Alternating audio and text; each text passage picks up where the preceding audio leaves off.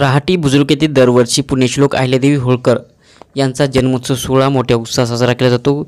याही वर्षी दिनांक 9 जून रोजी जन्मोत्सव सोहळ्याचे आयोजन करण्यात आले होते। यावेळी कार्यक्रमाच्या अध्यक्षस्थानी बबनराव वाघमारे, प्रमुख व्याख्याते म्हणून प्राध्यापक डॉक्टर शारदाताई माने, लक्ष्मण सरोदे, तर प्रमुख पाहुणे म्हणून विठ्ठल पावडे, विमलताई पाटील, आमदार बाळाजीराव कल्याणकर, मिलिंद देशमुख, डॉक्टर सचिन उमरेकर यांच्यासह आदी मान्यवरांची उपस्थिती होती। यावेळी पुण्यश्लोक अहिल्यादेवी होळकर यांच्या पुतळ्यास पुष्पहार अर्पण करून अभिवादन करण्यात आले।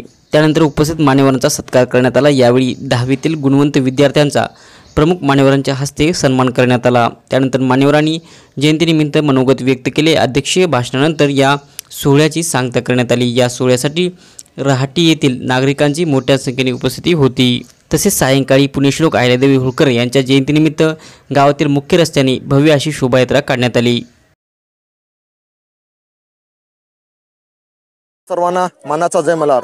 आज रहाटी बुद्रुक येथे फार मोठ्या उत्साहामध्ये जयंती साजरी करण्यात आलेली आहे। आताच या जयंतीचा निमित्ताने गुणवंत विद्यार्थ्यांचा सत्कार सोहळा, भव्य शोभायात्रा मोठ्या प्रमाणात नवयुवकांमध्ये चैतन्य निर्माण होऊन या ठिकाणी करण्यात आलेले आहे। या कार्यक्रमास उपस्थित नांदेड उत्तरचे लोकप्रिय आमदार आदरणीय बाळाजीराव कल्याणकर साहेब, कार्यक्रमाचे उद्घाटक आदरणीय संगीताताई डक आणि सर्वच समाजातील सर्व समाज बांधव या ठिकाणी मोठ्या प्रमाणात उपस्थित होते। त्याबद्दल सर्वांना मी पुनश्च एकदा जयंतीच्या शुभेच्छा देतो। येळकोट येळकोट।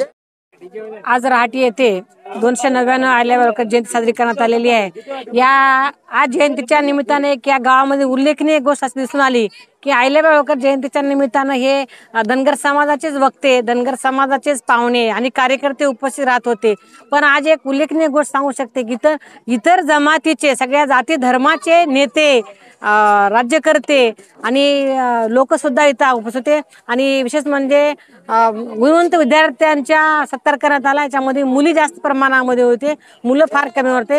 ही एक आदर्शाची गोष्ट या गावासाठी आहे। आणि या गावातील म्हणजे पुरुषांनी जास्तीत जास्त महिला जमा केल्या होत्या, हे फार महत्त्वाचं आहे। कारण प्रबोधनाचे 4 गोष्टी महिलांच्या कानावर पडलं तर आधी गाव सुधारण्यासाठी महिलांची मदत आवश्यक आहे। कारण डॉक्टर बाबासाहेब आंबेडकरांनी सांगितलेली आहे, देशाची प्रगती पाहायची असेल तर आधी महिलांची प्रगती पहा।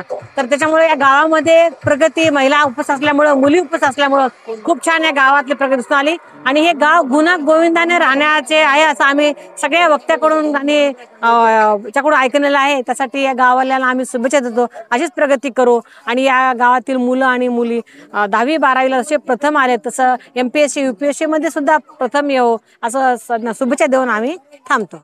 प्रथम राठी येथील सगळ्या धनगर समाजाच्या बांधवाचं मी अभिनंदन करते आणि त्यांचं शुभेच्छा देते की खूप छान रीतीने त्यांनी जयंती साजरी केली। आणि विशेष म्हणजे महिलांना पण आदर दिला, मुलींचा त्यांनी शैक्षणिक बाबतीत जे फर्स्ट ह्याच्यामध्ये आले त्या मुलींना सत्कार केले। असंच त्यांना महिलांना पुढे नेऊ, त्यांच्या मुली बाळी जे आहेत शिक्षण शिकत आहेत त्यांना चांगल्या प्रगतीचं शिक्षण देऊ पुढे, ही शुभेच्छा त्यांना देते। आणि मुलींबाबतीत किंवा मुलांबाबतीत त्यांनी शैक्षणिक क्षेत्रामध्ये जास्तीत जास्त लक्ष द्यावं। आणि उद्योग कुठला पण करा, काही पण करा, पण शिक्षणामध्ये मागे सरकू नका। मुलींच्या शिक्षणासाठी, पैशासाठी, कोणत्यासाठी अडचणी निर्माण करून त्यांना वंचित राहू देऊ नका। एवढीच मी त्यांना विनंती करते की शिक्षणाकडे जास्त भर द्या। जे की अहिल्यादेवीने आपल्या त्या काळामध्ये त्यांनी त्यांच्या वडिलांनी त्यांना शिक्षणासाठी प्रवृत्त केला आणि त्यांना शिक्षणाची परवानगी देऊन त्यांना शिक्षण शिकवलं। म्हणून आज आपल्याला सगळ्यांना अहिल्यादेवीच्या विषयामध्ये अभिमान आहे। तसंच आपल्या मुलींच्या, मुलाबाळांच्या विषयात सुद्धा अभिमानदायक कार्य घडावे पुढे चालून।